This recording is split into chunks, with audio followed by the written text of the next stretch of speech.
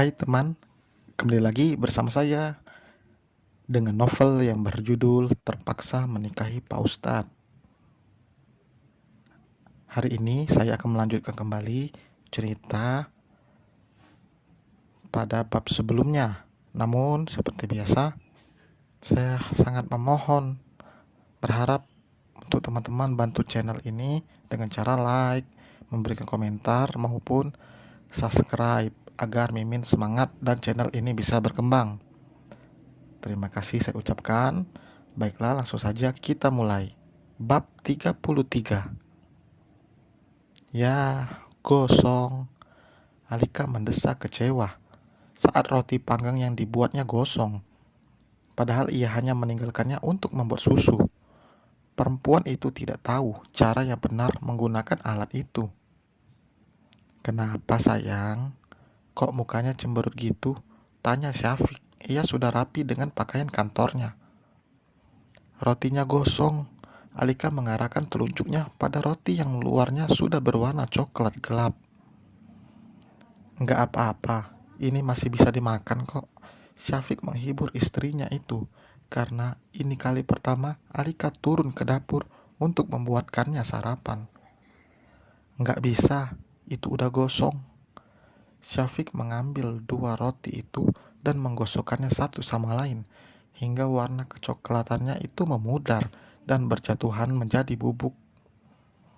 Ia mengulanginya lagi untuk beberapa roti yang lainnya, hingga terlihat jika roti itu seperti roti panggang pada umumnya. Alika dibuat ternganga karena Syafiq sampai kepikiran untuk melakukan itu. Alika bahkan akan membuangnya, tapi Syafiq tidak ingin membuat istrinya kecewa karena gagal memberikan sarapan pada Syafiq. Lelaki itu mengoleskan selai coklat di roti untuk Alika dan selai kacang untuk roti miliknya. Alika masih memperhatikan Syafiq yang memakan roti itu dengan santai, seolah makanan itu benar-benar enak. Alika sendiri saja merasa ragu untuk memakannya, tapi Syafiq menghabiskan dua buah roti. Enak loh, kamu gak mau makan? Coba, tanya Syafiq lalu meminum habis susu yang dibuatkan sang istri. Sebelah alis Alika terangkat. Seriusan enak? Kalau nggak percaya, makan aja, ujar Syafiq. Dengan ragu Alika menggigit ujung roti itu dan mengunyahnya. Kini ekspresi perempuan itu berubah dan berhasil menelan roti gosong yang dibuatnya itu. Rasanya sama aja kayak roti panggang biasa, tapi masih ada bau gosongnya, celetuk Alika. Ia merasa lega, setidaknya roti yang disiapkannya masih bisa dimakan. Meski di sisi lain Alika merasa malu karena untuk hal kecil saja ia tidak becus. Alika menolak saat Syafiq mengajak ke kantornya lagi. Alika mengatakan jika nanti siang Sarah dan Haura akan datang. Sarah menelepon saat Syafiq berada di kamar mandi.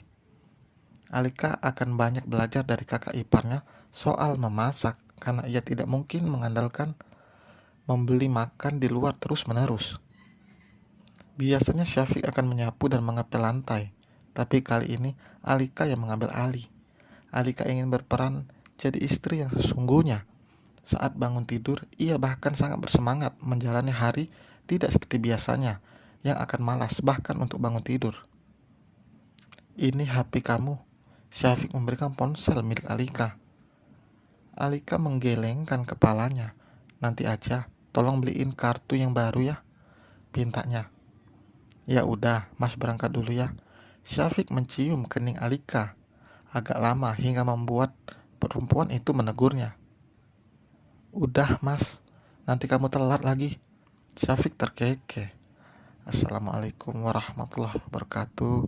Waalaikumsalam. Setelah mobil Syafiq sudah terlihat lagi kembali masuk ke dalam rumah, ia melanjutkan aktivitasnya.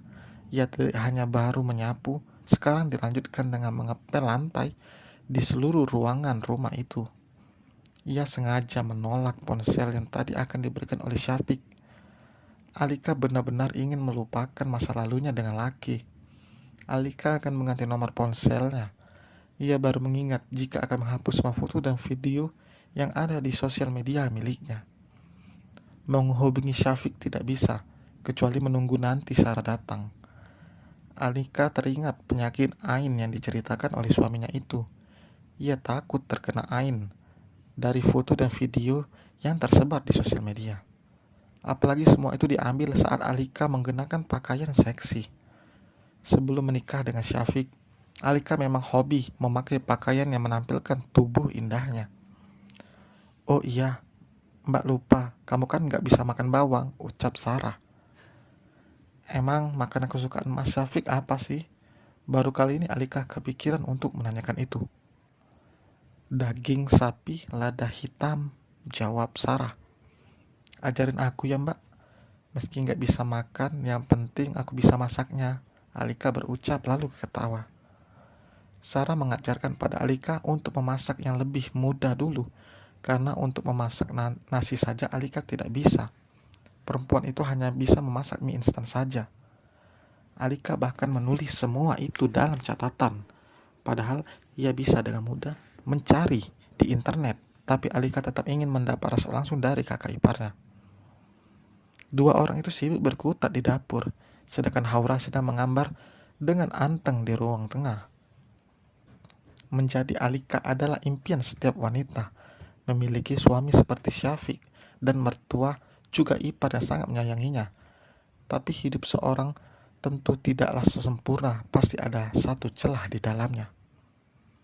Susah juga ya, kalau kamunya nggak suka bawang, nanti cara nyicipnya gimana? Sarah mengaruk tengkuk yang tidak gatal. "Mbak bingung, aku juga sama," sahut Alika hingga membuat keduanya kompak tertawa. Sebenarnya bisa saja jika membuat masakan tanpa bawang, tapi rasanya sudah jelas akan kurang lezat. Mungkin bagi Alika sudah biasa, karena ia memang tidak makan bawang. Tapi bagi Syafiq, tentu akan berbeda, meski lelaki itu memang bukan tipikal orang pemilih dalam makan. Setelah makan siang mereka beristirahat, Sarah berencana mengajak Alika untuk jalan-jalan ke mall. Ia juga sudah meminta izin pada Syafiq dan lelaki itu tentu memberikan izin karena Alika pergi dengan Sarah. Mungkin jika pergi dengan teman-temannya baru Syafiq tidak memberi izin. "Princess, kamu gak bilang siapa-siapa kalau kemarin Kak Lili pinjam uang kamu?" tanya Alika dengan suara pelan. Kebetulan Sarah sedang menerima telepon. "Enggak dong," kata Uma, "kalau kita udah berjanji gak boleh ingkar." "Oh ya, makasih ya es krimnya, aku suka," balas Haura. "Anak pinter. Kamu masih lama liburan di sini?" Alika mengubah posisi menjadi tengkurap dan menjadikan lengan sebagai bantalan. Ia mengamati Haura kembali fokus menggambar. "Kata Uma, kita akan pindah ke sini," ungkap Haura. "Bagus dong," sahut Alika dengan suara lirih. Ia merasa matanya berat untuk terbuka. Alika merasa lelah karena dari pagi ia tidak berhenti beraktivitas, mulai dari menyapu, mengepel, membersihkan kamar, hingga mencuci pakaian dan piring. Tidak bisa lagi menahan rasa kantuk, akhirnya Alika tertidur. Tidak peduli di mana tempatnya, ia terlalu malas jika harus menaiki tangga menuju kamarnya. Haura juga tidak mengganggunya, karena jika sedang fokus pada suatu hal, Haura tidak akan memperdulikan yang lain. Sedangkan di sana, Syafiq baru saja selesai makan siang kembali ke ruangannya.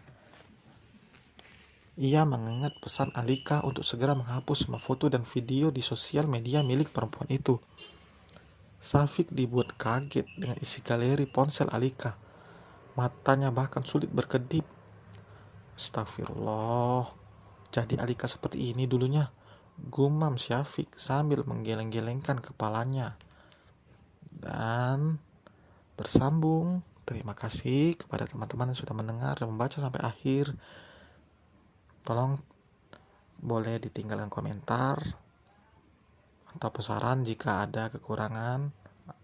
Mimin ucapkan terima kasih dan sampai berjumpa kembali.